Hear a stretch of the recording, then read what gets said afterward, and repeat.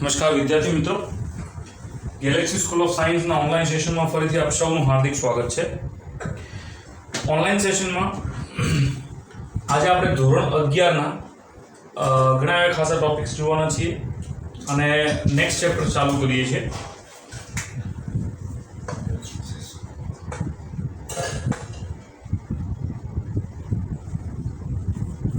Sorry, ખાલી ink just leakage થાય છે. એક ગેલેક્સી સ્કૂલ ઓફ સાયન્સમાં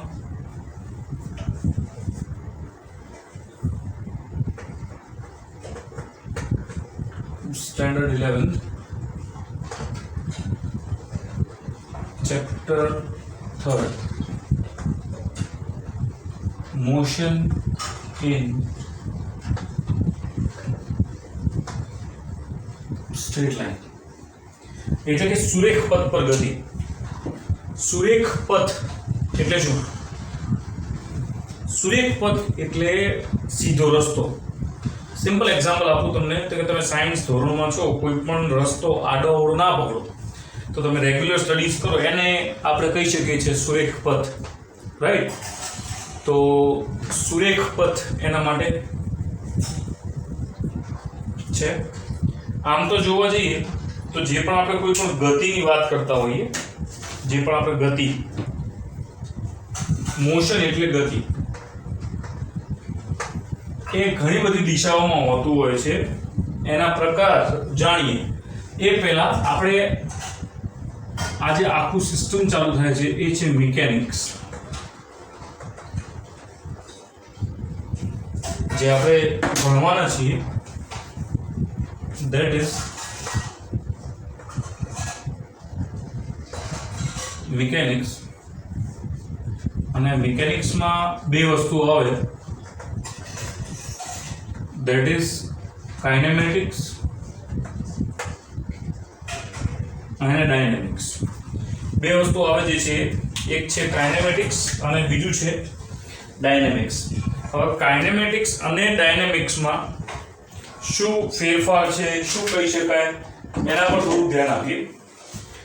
કાઇનેમેટિક્સ અને ડાયનેમિક્સનો મતલબ બંનેમાં ગતિ થાય છે. આમાં મેટિક્સ અને મિક્સ, ડાયનેમિક્સ જે પણ આપણે કહીએ, એમાં આનો મતલબ થાય છે મેથ્સ અને આનો મતલબ થાય છે મોશન. એટલે મોશન ને મેથ્સ સાથે એટલે એની ગણતરી આપણે ચેક કરતા હોઈએ તો એને કાઇનેમેટિક્સ કહેવાય છે. બીજું એક તમને કારણ કહું તો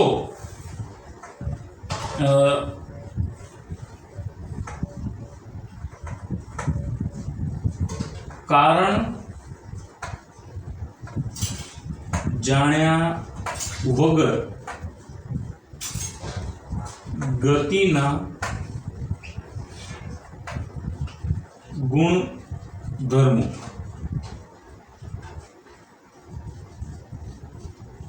વિશે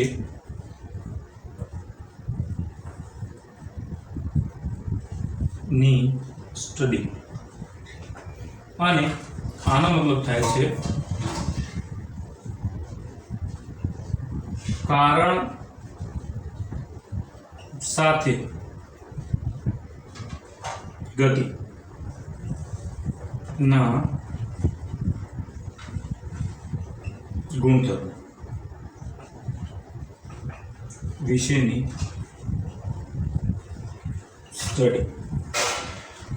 ધેટ મીન્સ કાઇનેમેટિક્સની અંદર કોઈ પણ પદાર્થ ગતિ થાય તો એ ગતિ કોના કારણે થઈ એના વિશે આપણે કોઈ પણ વસ્તુ ભણવાની નથી. શું ભણવાનું છે? ગતિ થઈ તો એના ગુણધર્મો કયા. દાખલા તરીકે એણે પોતાનું કયું સ્થાન બદલ્યું, પથ લંબાઈ કેટલી, અંતર કેટલું કાપ્યું, સ્થાનાંતર કેટલું કાપ્યું, પછી કેટલી ઝડપ છે, કેટલો વેગ છે, કેટલો પ્રવેગ છે, એના વિશે બધી માહિતી જાણવાની છે. પ્રવેગમાં ફેરફાર થાય છે તો શું થાય છે, વેગમાં ફેરફાર થાય છે તો શું થાય છે, વેગ વધે છે કે ઘટે છે, આ બધી વસ્તુ આપણે ભણશું. જેમાં કાઇનેમેટિક્સમાં સ્થાન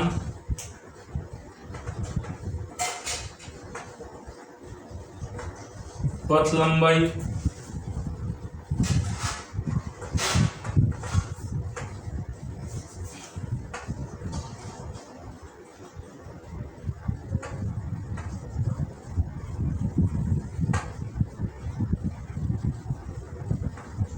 સ્થાનાંતર ઝડપ વેગ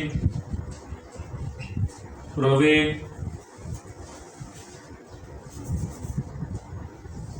ટૂંકમાં આટલી વસ્તુઓ ભણવાની છે અને આના સાથેના આલેખ પણ ભણવા છે. એ આપણે કાઇનેમેટિક્સમાં ભણશું, જે આપણા પાસે ચેપ્ટરમાં આવે છે મોશન ઇન સ્ટ્રીટ લાઇન, સુરેખ પથ પર ગતિ. આ બધી વસ્તુ છે that comes in kinematics. કાઇનેમેટિક્સની અંદર કારણ જાણતાની સાથે બીજું પણ એક ચેપ્ટર છે that is motion in plane.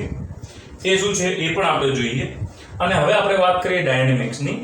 તો ડાયનેમિક્સ એ શું છે કે દાખલા તરીકે કોઈ પણ પદાર્થે ગતિ કરી તો કયા કારણસર કરી, એના પર કેટલું બળ આપવામાં આવ્યું, કેટલું વેગમાન સાથે એ ગતિ કરે છે, એટલે આ પદાર્થના ગતિના પાછળનું કારણ શું છે તેના પ્રત્યેની આપણે વાત કરીએ. દાખલા તરીકે માનો કે આ એક કોઈ પણ એક પદાર્થ છે, સમથિંગ લાઈક ધીસ. આ એક પદાર્થ છે અને આ પદાર્થને હું આ રીતે ધક્કો મારું છું ત્યારે આ ગતિ કરે છે. તો મેં કેટલો ધક્કો માર્યો, મેં કેટલું બળ લગાડ્યું. આ બળ લગાડતા સાથે શું આ બંને વચ્ચે ઘર્ષણ થાય છે? ઘર્ષણ થાય છે તો કેટલું થાય છે? માનો કે આને મેં આટલું બળ લગાડ્યું તો કેટલા ઘર્ષણ થયા બાદ આ કેટલા સમય બાદ પોતાની જગ્યાએ સ્થિર થશે. તો આ બધી વસ્તુ જે છે જેને આપણે કીધી તેનું આખી સિસ્ટમ ડાયનેમિક્સમાં આવે છે કે કારણ સાથે ગતિના ગુણધર્મો વિશેનું સ્ટડી. બરોબર? તો આ તો કાઇનેમેટિક્સ અને ડાયનેમિક્સમાં આ ચેપ્ટરમાં આપણે આટલી વસ્તુઓ ભણવાના છે. આના સાથે એના 3 સમીકરણો, પછી એના આલેખો પણ ભણશું. તો ઘણી બધી વસ્તુઓ હતી. ગતિની વાત કરીએ તો ગતિ જે છે એના પ્રકાર છે. જે પણ આપણે ગતિની વાત કરીએ છીએ એના પ્રકાર છે. That is first motion in 1D, એટલે એક પરિમાણમાં ગતિ. પછી બીજું છે મોશન ઇન 2D, 2 પરિમાણમાં ગતિ. અને ત્રીજું જે છે એ છે મોશન ઇન 3D, એટલે કે 3 પરિમાણમાં ગતિ. હવે આનો મતલબ શું? 1D 2D અને 3D, આનો મતલબ શું? તો એનું હું તમને સમજાવું છું કે દાખલા તરીકે માનો કે આપણી પાસે કોઈ આ પ્રકારે યામ પદ્ધતિ આપેલી છે આલેખમાં, જેને આપણે કહીએ છીએ x, y અને z. હવે x, y, z ને કઈ રીતે તારવણી કરવી એનું હું તમને એક જ કારણ બતાવું. ફોર એક્ઝામ્પલ, આ આપણા પાસે ખોખું છે, બોક્સ છે, બરોબર? ગમે તેનું હોય બોક્સ. જો બોક્સમાં પણ નામ છે ક્વોન્ટમ, ફિઝિક્સના આધારે. સરસ.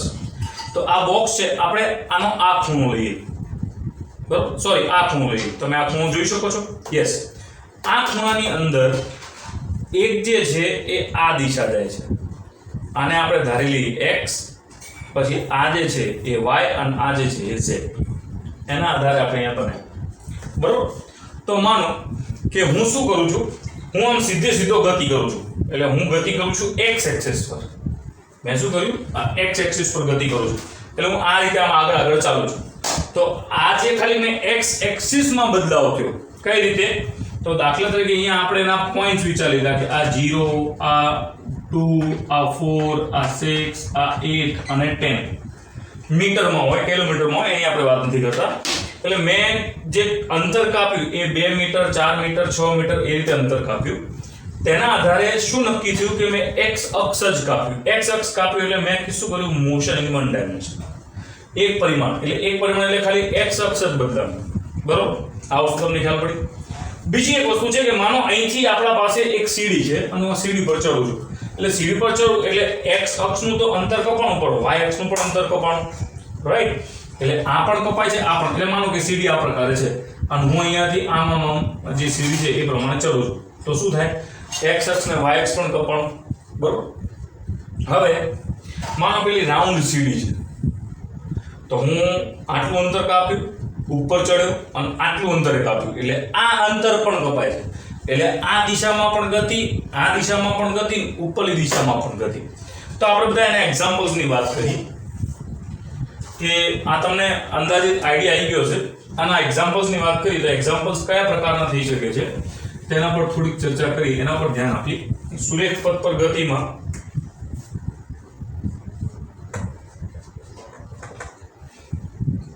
એક્ઝામ્પલ, સુરેખ માર્ગ પર ગતિ કરતી ટ્રેન, પછી આમાં મોશન ઇન 2 ડાયમેન્શન એટલે 2 પરિમાણે ચેન્જ થાય. અચ્છા, હવે 2 પરિમાણે ચેન્જ થાય એટલે એવું કમ્પલસરી જરૂર નથી કે x ને y ચેન્જ થાય. x ને z પર ચેન્જ થઈ શકે, બરોબર? x ને z પણ ચેન્જ થઈ શકે. એટલે કે આપણે એવું કહી શકીએ કે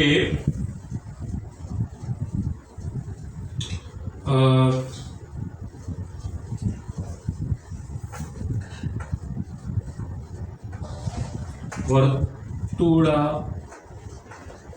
માર્ગ પર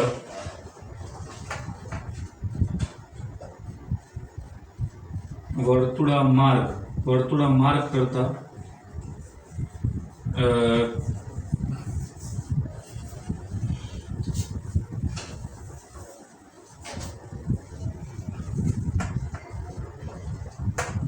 મેળામાં ચકડોળ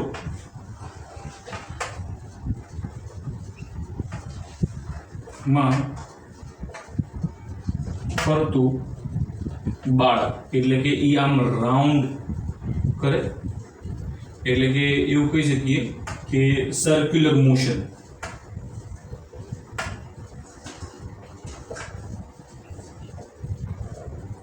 બરોબર? સર્ક્યુલર મોશન આ રીતે. તો આનાથી શું થાય? દાખલા તરીકે આ આમ ગતિ કરે છે, બરોબર? આમ ગતિ કરે એટલે x એક્સિસ અને y એક્સિસ બંને કપાણું, રાઈટ? ત્યારબાદ છે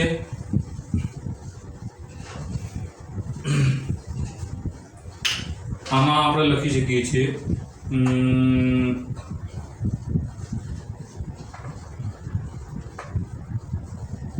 બટરફ્લાય ફ્લાઇઝ ઇન સ્કાય, આકાશમાં ઉડતું પતંગિયું. એ ત્રણેય એક્સિસ જે છે એને સમાવેશ કરી લે છે. તો 3 પ્રકારની ગતિઓ છે: motion in 1 dimension, motion in 2 dimension અને મોશન ઇન 3 ડાયમેન્શન.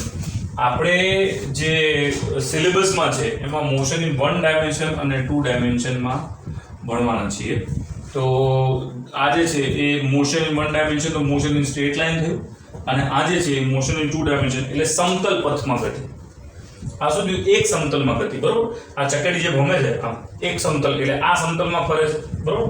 અને આ જે છે એ શૂન્ય અવકાશમાં ચારે કોર બધી જ દિશામાં ગતિ કરતું હોય તે પ્રકારની વાત કરી છે, બરોબર છે મિત્રો? તો આટલું ખાસ આપણે ધ્યાન રાખશું. સુરેખ પથ પર ગતિ, સમતલ પથ પર ગતિ અને motion in 3D. A 3D વિશે આપણે બહુ તારે આ 11th સિલેબસમાં આપણે એવી કોઈ ચર્ચા કરવાની નથી થતી, રાઈટ? તો આ હતું એક ઇન્ટ્રોડક્ટિવ પાર્ટ. હવે ધીમે ધીમે આપણે સિલેબસ પર આવતા આવીએ છીએ.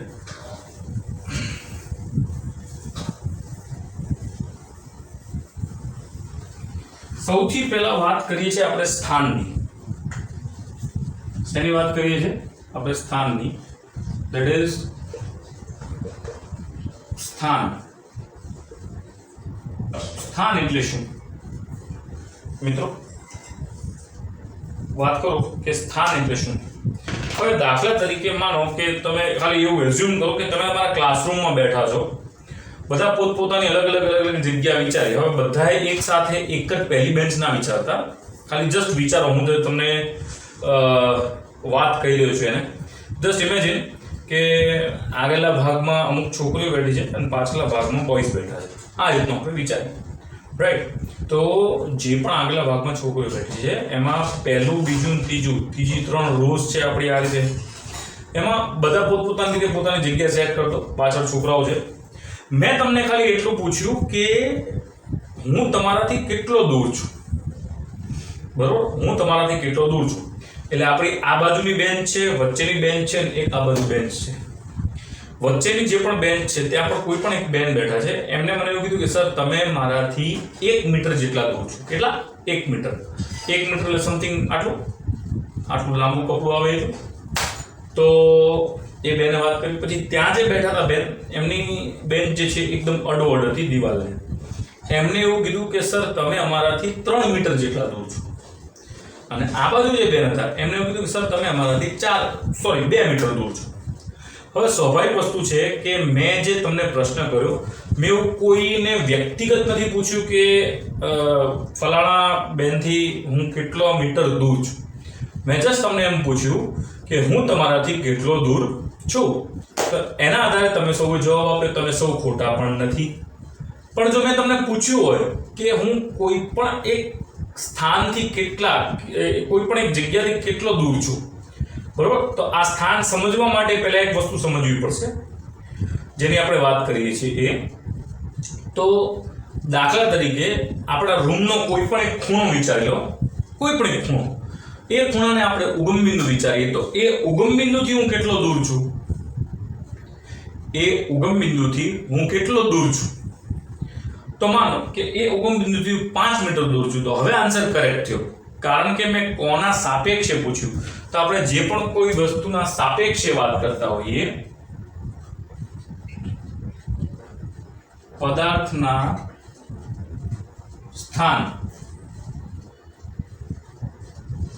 કોઈ ઓરિજિન એટલે ઉગમ બિંદુ, ઓરિજિનના સાપેક્ષે, તો આને કહેવાય છે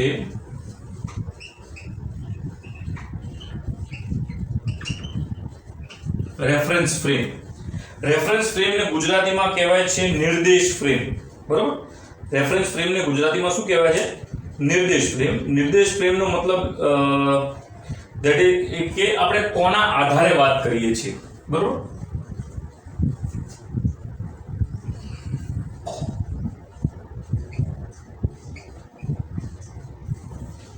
નિર્દેશ ફ્રેમ કોના આધારે વાત કરીએ છીએ. આનો બીજો એક સિમ્પલ એક્ઝામ્પલ આપું. માનો કે તમે લોકડાઉન પતી ગયું છે ને પોતપોતાના મામાના ઘરે જાઓ છો અને ત્યાં કને તમને કોઈ જગ્યાએ પ્રવાસ કરવાનો મોકો મળ્યો છે. તેના આધારે તમે લોકોએ ટ્રેનમાં બેઠા છો, બરોબર? પપ્પાને કંઈક કામ આવ્યું એટલે તમારા ફાધર જે પણ છે એ ઘરે રહે છે, તમને જસ્ટ ટ્રેનમાં મૂકવામાં આવે છે. હવે ટ્રેનમાં તમે, તમારા ભાઈ અથવા બેન અને તમારા મમ્મી આટલા જણો છો. તો ટ્રેનની અંદર, સાંભળજો મિત્રો, ટ્રેનની અંદર તમે બેસી ગયા અને તમારા પપ્પા બારે બેઠા છે. તો બારે બેઠા હોવાથી એમના માટે તમે ગતિમાં છો, અને જ્યારે ટ્રેન ચાલુ થશે ત્યારે તમારા પપ્પા ધીમે ધીમે દૂર જશે. તો તમારા માટે કોણ ગતિમાં? એ. તો તમારા માટેનું જે નિર્દેશ ફ્રેમ છે એ શું છે? ટ્રેનની અંદર. તમારા માટેનું નિર્દેશ ફ્રેમ ટ્રેન. તમારા પપ્પાના વાત કરીએ તો, બરોબર? તો તમે અંદર ટ્રેનની અંદર બધા જ બેઠેલા વ્યક્તિ જો છે એ કેવા છે? સ્થિર છો. અને હવે તમારા પપ્પાની વાત કરીએ તો તમારા પપ્પા તમારા માટે કેવા? ગતિમાં. અને તમારા પપ્પા માટે તમે ટ્રેનમાં બેઠેલી તમામ વ્યક્તિ એ શું છે? ગતિમાં છો. એ જ રીતે ટ્રેન ફાસ્ટ જતી હોય તો આપણે શું કહીએ કે ભાઈ જો પેલું ઝાડ આવીને ગયું. સિમ્પલ તમે વિચારો. આપણે ઘણી વખતે વાત કરતા ભાઈ ચલો ગાડીમાં ગયા કે કોઈ પણ ટ્રેનમાં ગયા, બસમાં ગયા કે ભાઈ પપ્પા અમદાવાદ ક્યારે આવશે? આપણે શું પૂછ્યું? પપ્પા અમદાવાદ ક્યારે આવશે? અમદાવાદ આવે છે કે આપણે જઈએ છીએ?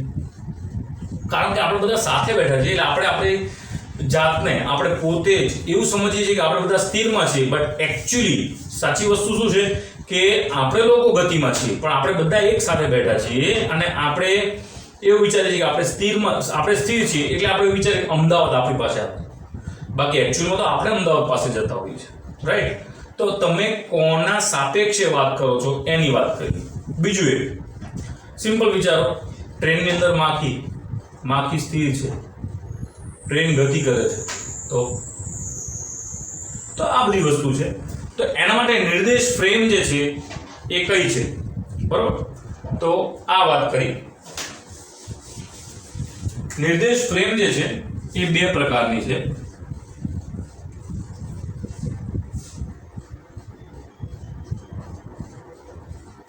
ઇનર્શિયલ અને નોન ઇનર્શિયલ. એટલે કે જડત્વ અને અજડત્વ. જડત્વ એટલે કે ન્યૂટનના નિયમનું પાલન કરે તો, અને અજડત્વ એટલે ન્યૂટનના નિયમનું પાલન ન કરે તો, બરોબર? આપણા પાસે ટોપિકમાં ઇન્ટ્રોડક્ટિવ પાર્ટમાં આટલી જ વસ્તુ છે. તો આ હતું આપણા પાસે નિર્દેશ ફ્રેમ. હવે એ સ્થાન કયું? તો તમને મેં એક સિમ્પલ વાત કરી હતી કે માનો કે તમે લોકો આ ઓરિજિન થી, માનો કે માય નેમ ઇઝ ચિંતન, તો આપણે સી વાત કરીએ તો હું અહીંથી કેટલો દૂર છું? તો આર અંતરે દૂર છું. કેટલો અંતર દૂર છું? આર અંતર. તો આ થયું મારું સ્થાન કે હું કેટલો છું, હું કેટલા અંતરે છું, ધેટ ઇઝ સ્થાન, બરોબર? પછી હું જો અહીંથી આટલે આવું તો આના આધારે મારા પાસે જે મારું આર અંતર છે એ બદલાઈ ગયું, ધેટ બીકમ્સ આર ડેશ. તો આ છે પણ આર, આ પણ આર છે, પણ પહેલા હું આટલે હતો, પછી આટલે હતો. તો અહીંયા જે આર ની આપણે વાત કરી રહ્યા છીએ એને કહેવાય છે સ્થાન, કે હું કેટલા અંતરે કોઈ વસ્તુથી દૂર છું, તો મારું સ્થાન કયું, રાઈટ? મારું સ્થાન કયું, તો એને કહેવાય છે સ્થાન. પછી વાત કરી છે આપણે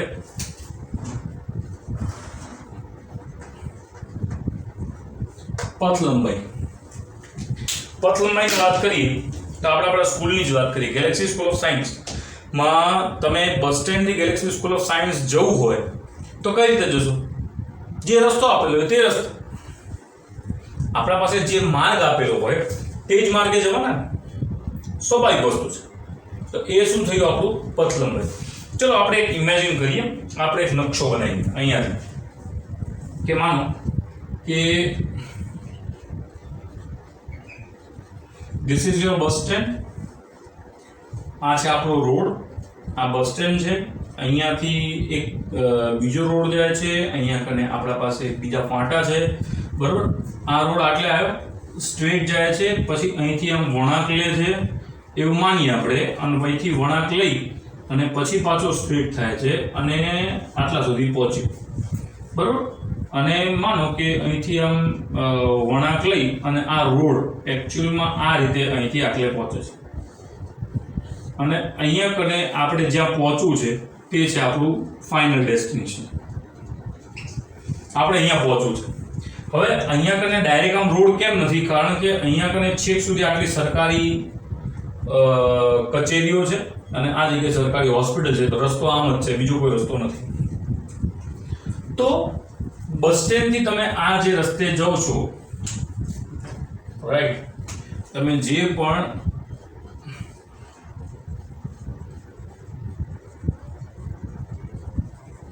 બસ સ્ટેન્ડથી આ રસ્તે પહોંચ્યા, આ જે રસ્તો છે એને કહેવાય છે પથ લંબાઈ. શું કહેવાય? પથ લંબાઈ. હવે આ તો આપણે વાત કરી પથ લંબાઈની, અને બીજી આપણે વાત કરીએ છીએ સ્થાનાંતર. તો સ્થાનાંતરનો મતલબ એમ થાય છે કે અંતિમ સ્થાન માઇનસ પ્રારંભિક સ્થાન. હવે વિચારો કે આ જે પણ આપણું જે નકશો કે તમે જે જોઈ રહ્યા છો, જ્યાં આપણે પહોંચવું છે એ એક ઉગમ સ્થાન પર છે. તો પહેલા આ સ્થાન અને પછી આ સ્થાન. તો આ મારું કયું સ્થાન થાય? સ્થાનાંતરના સાપેક્ષે વિચારો તો આ થાય મારું પ્રારંભિક, અને આ થાય અંતિમ. તો સ્થાનાંતરનો મતલબ થાય છે અંતિમ સ્થાન માઇનસ પ્રારંભિક સ્થાન. એટલે ડાયરેક્ટ અહીંથી આટલું. કઈ રીતે જવું? તમારી પાસે રસ્તો એ છે, પણ ડાયરેક્ટ અહીંથી આમ કૂદીને જતા રહી. માનો તમારી પાસે હેલિકોપ્ટર હોય, તમે ઉડીને આટલે જાઓ, તો તમે કયા રસ્તે જવાના? સ્વાભાવિક વસ્તુ છે, સ્થાનાંતરના રસ્તે જવા. તમે આ રોડ થોડી જશો હેલિકોપ્ટર લઈ. તમારી પાસે હેલિકોપ્ટરની સગવડ હોય તો તમે કઈ રીતે જશો? આ રીતે જશો, બરોબર? તો આ આપણા ટોપિક હતા. પહેલું ટોપિક હતું સ્થાન, પછીનું છે પથ લંબાઈ. પથ લંબાઈ એટલે જે પણ આપણા પાસે રસ્તો આપેલો એ રસ્તા પર, એ પગદંડી પર ચાલીને જવું.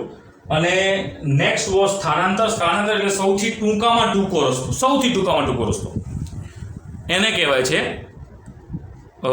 સ્થાનાંતર. બરોબર છે મિત્રો? તો આ હતું પથ લંબાઈ, સ્થાનાંતર અને પ્રારંભિક સ્થાન માઇનસ અંતિમ સ્થાન. તો સ્થાનાંતર સુધીનું તમે જોઈ લેશો. સ્થાનાંતરને આપણે આ ઉપર લખી શકીએ છીએ કે ડેલ્ટા એક્સ બરાબર x2 માઇનસ x1, જ્યાં x2 જે છે એ છે અંતિમ સ્થાન અને x1 જે છે એ છે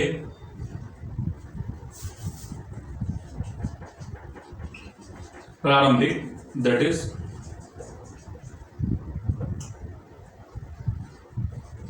પ્રારંભિક. બરોબર મિત્રો? કદાચ કંઈ નાની મોટી રસોઈ દીર્ઘમ હોય તો ચલાવજો, because I belongs to English medium. I am trying to, હું ખૂબ ટ્રાય કરું છું કે તમને બધી વસ્તુ કોન્સેપ્ટનો ક્લિયર થાય. તેમ છતાં કંઈ નાની મોટી ક્ષતિ હોય તો let me know about it. મને મારું ધ્યાન દોરજો, હું ચોક્કસ એના ઉપર પ્રયાસ કરીશ. But this is the physics. આપણે મેઇન ફિઝિક્સ માટે આવ્યા છીએ, નોટ ફોર ધ લેંગ્વેજ. તો આઈ હોપ તમને બધાને ખબર પડી હશે કે આપણે શું ચાલ્યું છે. તો આ 3 ટોપિક તમે વાંચશો અને નેક્સ્ટ લેક્ચરમાં આપણે મળીએ. Thank you.